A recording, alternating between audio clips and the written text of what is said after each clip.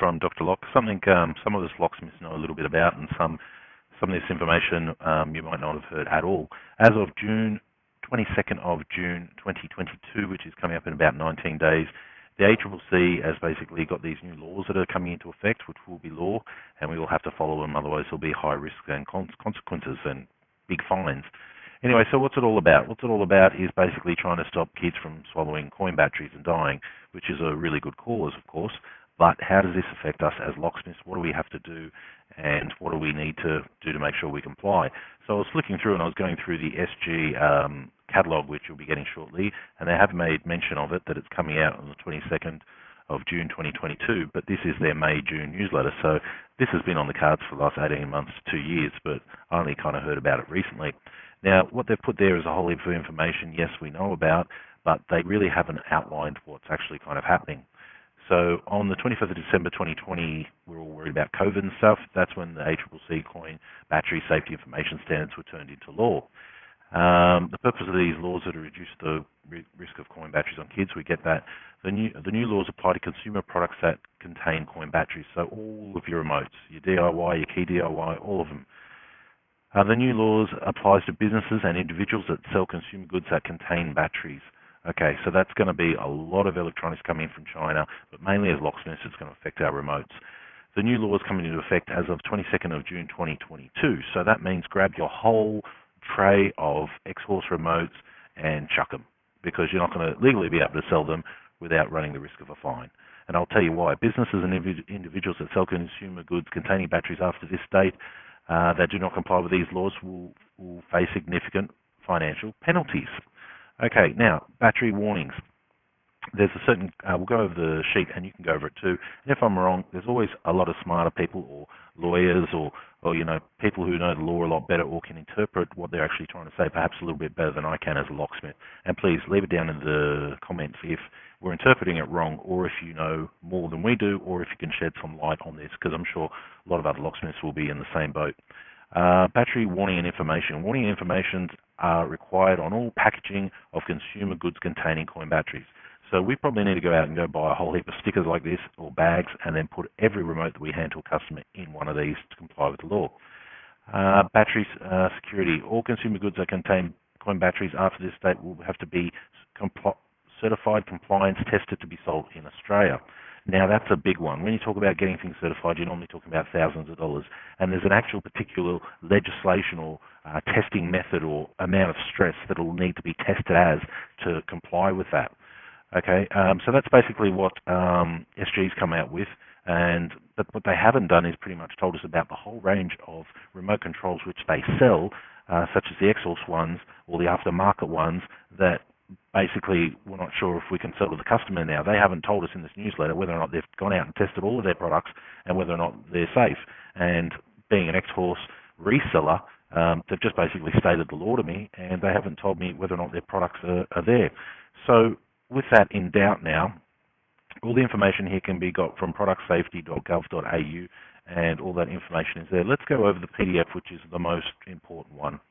Do the battery security and compliance testings require? Okay, so we've established here that each remote control needs to be compliance or safety tested.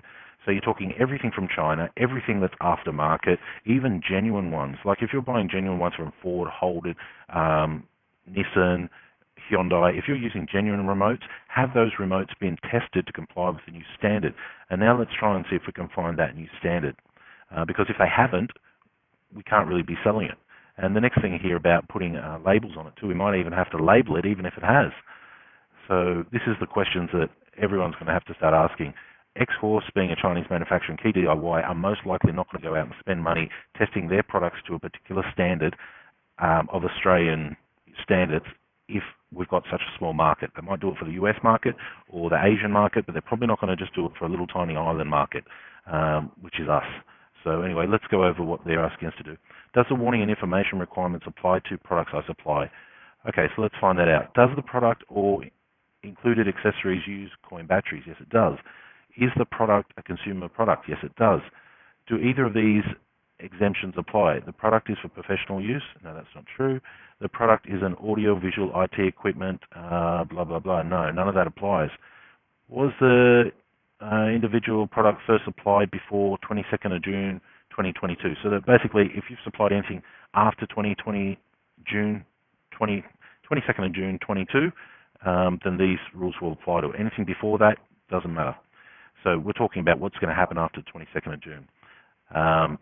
Are any of these statements to be true? And this is where it gets a bit confusing. The product is for hearing. No, it's not that. The coin battery is fully enclosed in the product. Well, yes, the remotes are fully closed in the products. You know, a lot of them have the batteries in there quite tight, like generic remotes. Aftermarket remotes are a little bit easier to get the battery out, but still they clip together fairly well, that are fairly robust and watertight. The button or coin battery is fully enclosed in the product. So we can say yes for that answer there. And look, two little asterisks here. The products where the coin battery is fully enclosed include personal computers.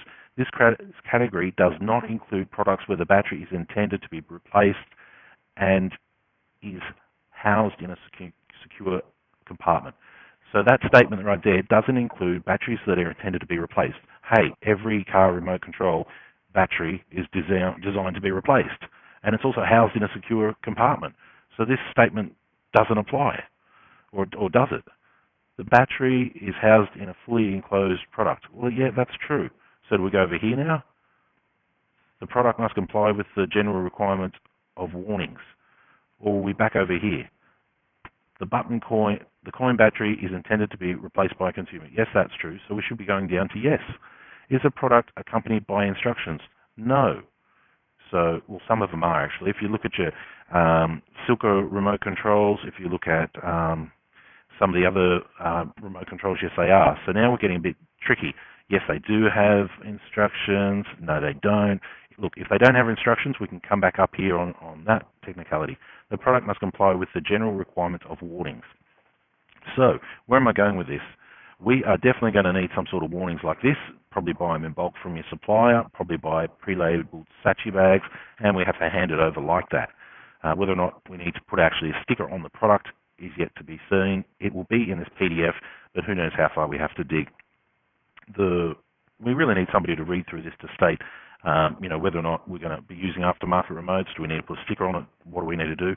And I was a bit peeved that basically SG Locks, who sell a lot of aftermarket remotes, didn't clearly outline that, because reading government PDFs like this is very confusing for a lot of us locksmiths.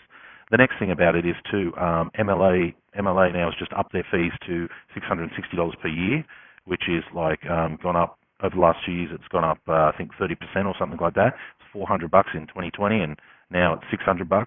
And I don't see them addressing any of these issues either, which are really relevant and really important to know, especially when it's coming up in 19 days, and especially when there's a lot of automotive locksmiths and a lot of key cutters out there who are scratching their head like I am, wondering what we have to comply with, how we need to comply. So we're paying all this money, but yet we're still kind of left in the dark on issues like this. All right, let's just keep reading, because we're going to have to fend for ourselves here. Do the child restraint packaging requirements apply for battery supply? Well, we're not really supplying batteries, so we can skip that one. Do the warnings and information requirements apply on the batteries I supply? We're not supplying batteries, we're supplying products. So there we go. Okay, now the testing is in here as well. It does say that you can self-test, but it does also warn about self-testing, because you can be up for legal consequences if it wasn't tested properly. Satisfy the testing requirements contained in the standards listed above will support compliance with the standards if.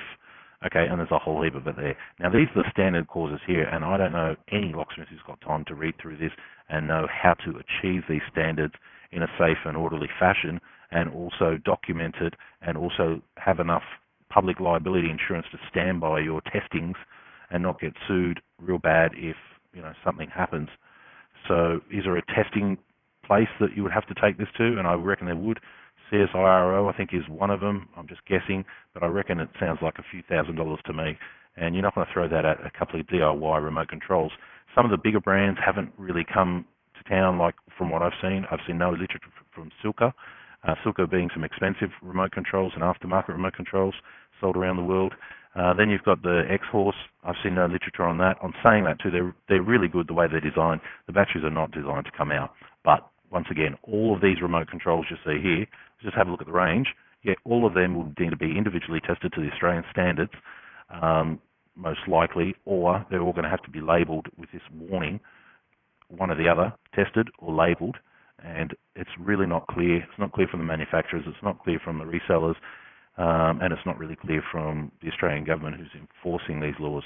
So here's the key DIY range.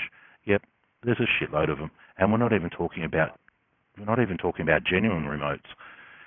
Anyway, that's a document. I might have a couple of beers and read through that and see what else I can pluck from it. This is one of those free-for-all sessions where you can just leave what you know down below, what you've heard, how you interpret it. There's always going to be somebody smarter than me or smarter than a lot of us who will be able to say, look, this is 100%, this is the way it's interpreted and this is what you got to do. And, I would have expected those people to be the associations which we're members of and pay a lot of money for, like MLA. I would have expected them to be first out with the bulletin. I am kind of happy that SG's put something out there. I haven't seen anything from LSC, Lock and Key, any of the other major suppliers, but well, we'll see where this takes us. For now, I think we'll probably have to get some of these bags printed up, put in an Accc bag, because sticking a big huge label on the back of a key DIY remote is just not going to work. So packaging it properly with a warning label is probably the right way to go. As far as testing it, who knows? Maybe there is a place that we can send remotes to, or maybe the manufacturers who make all the money off reselling them will actually take care of that. But until they do, it's we don't want to break the rules. We don't want to risk heavy fines. So what do we do? Hopefully somebody can clarify it a little bit better than I can, because I'm looking at these charts here and they go down, they go up, and even some of them here, products where the battery is fully enclosed, including personal computers. Like that right there should mean that you just have to put a warning sign on it because it's fully enclosed. This category does not include products where the battery is intended to be replaced and is housed in a secure apartment. This category does not include that. So are we talking the yes category or the no category? So this category here does not include products where the battery is intended to be replaced or is housed in a secure compartment. This category here does not. So I guess we're over here. So we go from here to here. The product must contain warning thing. That's what I'm guessing at the moment. All remote control keys, garage remotes are going to need to have warning signs. If not, if they're going to need to be individually tested, I think we're all going to be in trouble. So anyway, leave your comments down below. Thanks for watching.